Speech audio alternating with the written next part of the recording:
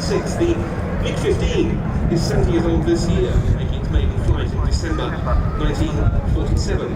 The Germans, having pioneered swept-wing jet designs, the Soviets made use of that technology, but there was an interesting British influence in the engine. Because while the Soviets had access to German jet engine technology, they weren't particularly keen on using it. They saw Britain as a better bet. And somewhat to the surprise of many, the Soviets managed to obtain a license to build the Rolls-Royce MiG from the British government. This has been portrayed in various ways over the years. One needs to remember that at that time, 1946-47, the Cold War hostilities that were later to develop between the West and the USSR had not fully broken out. One might take the start of the Berlin airlift in 1948, following the Soviet blockade of the Pacific. Britain was desperately in need of money, being pretty much broke after World War II, so the opportunity to sell the MiG production license to the Soviets was, after much debate with members of Clement Attlee's post-war Labour government, both for and against the decision, the license was granted, and the engine was produced initially as the Klimov RD-45, later improved by the Soviets as the VK-1. The specification of the MiG-15 was aimed at combating high-flying heavy bombers. It had heavy cannon armament. It flew not long after what became its great adversary, the North American F-86 Sabre. And from the outset, this was an aircraft that could exceed 1,000 kilometers an hour, nearly 650 miles an hour, at an altitude of 3,000 meters, 9,800 feet.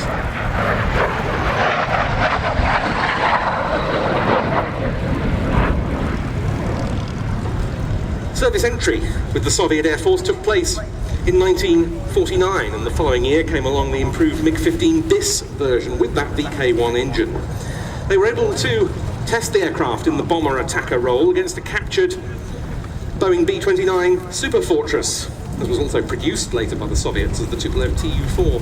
And it was multi-role from the outset as well, able to be used as a fighter bomber as well as a pure fighter.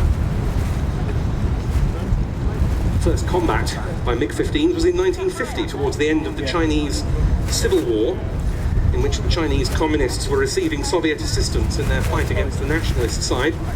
A division of MiG-15 BIS were deployed, and the first aerial victory was scored against the rather unlikely opponent, and the former nationalist flown B-38 Lightning.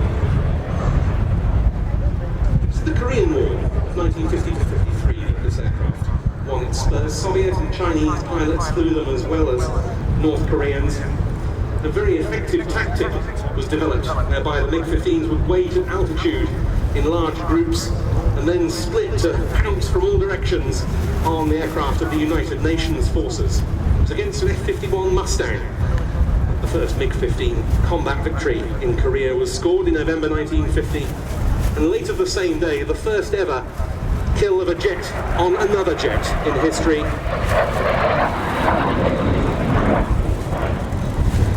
Now, MiG-15 downed a Lockheed F-80C Shooting Star of the US Air Force. Soon the Americans sent North American F-86 Sabres to Korea as a rapid response, but they found that the MiG was better at high altitude, it had a better climb rate, and it was faster accelerating.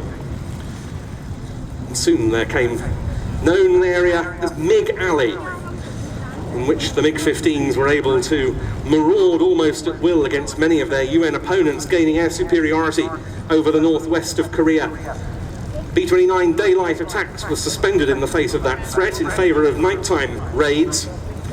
But at lower levels, the Sabre had the edge, and the US pilots were more experienced. Many of them had fought in the Second World War.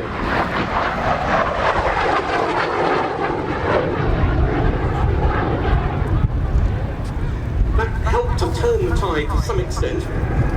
That was exacerbated when later model MiG-15s became, or F-86s I should say, became available to counter the MiG-15s. Throughout the rest of the Cold War, after the Korean War ended in '53, there were occasional confrontations with Western aircraft around the fringes of USSR and communist territory.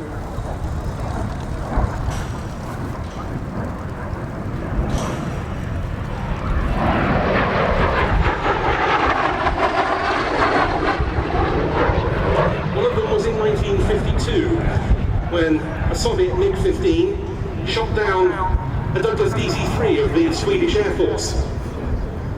It was engaged, albeit this wasn't revealed by the Swedes for many years, in an electronic intelligence gathering sortie.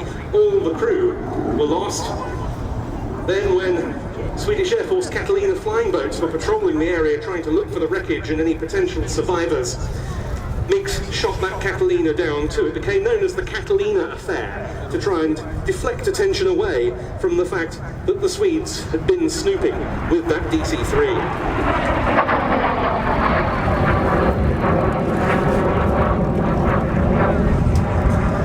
RAF aircraft also very occasionally found themselves on the other end of the MiG-15's guns. In 1953, an Avro Lincoln engaged in a training sortie down the air corridors linking the Federal Republic of Germany to Berlin, strayed outside the corridors and was shot down by MiG-15s.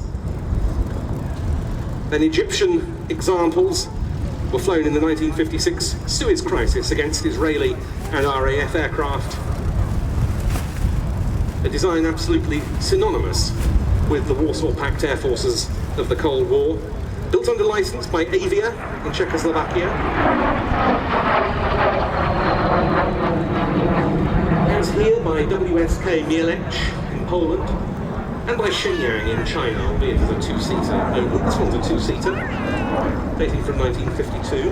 It served with the Polish Air Force until 1990, when it was sold to a private owner in the USA and based in Washington State. And the markings on this one are those of a MiG-15 flown by the Soviet cosmonaut Yuri Gagarin. This aircraft owned by the Norwegian Air Force Historical Squadron since 2014. And the reason the Gagarin scheme has been chosen is because the MiG-15 unit that he was attached to was stationed at Luostari, close to the Norwegian border, during his service as a fighter pilot, and it recalls the many confrontations that occurred during the Cold War between Norwegian and Soviet aircraft. Last pass coming up.